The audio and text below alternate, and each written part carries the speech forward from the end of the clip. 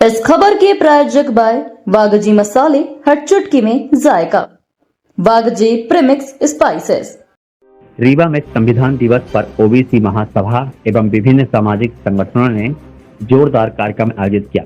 Vivekananda park से पैदल यात्रा निकाली गई, जो कलेक्टर स्थित बाबा साहब डॉक्टर भीमराव अंबेडकर की प्रतिमा पर पहुंची। यहां सभी ने पुष्पांजलि अर्पित की और बाबा साहब अमर रहे के नारे लगाए। के बाद सामूहिक रूप से भारतीय संविधान की प्रस्तावना का वाचन किया गया।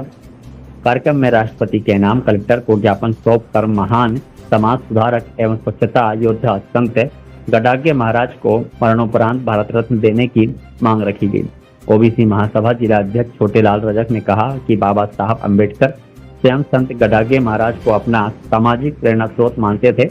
उनके योगदान को देश कभी भुलाया नहीं जा सकता।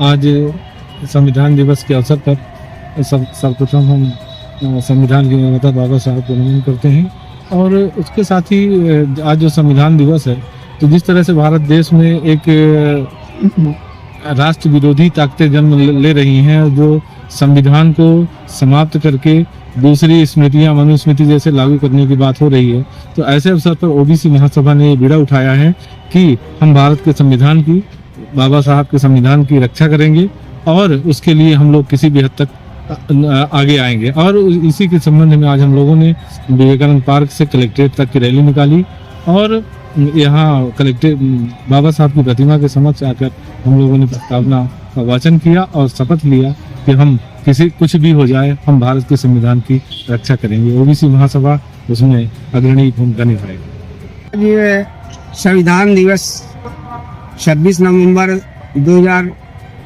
1949 को संविधान बना हुआ था और 1950 को लागू हुआ। आज हम लोग संविधान दिवस के सम्मान में विवेकानंद पार्क से ओबीसी के माध्यम से यात्रा कलेक्ट्रेट स्थित बाबा साहेब अम्बेडकर के समक्ष यात्रा पहुंचकर भारत का जो मूल प्रस्तावना है उसका सामूहिक वाचन किया गया।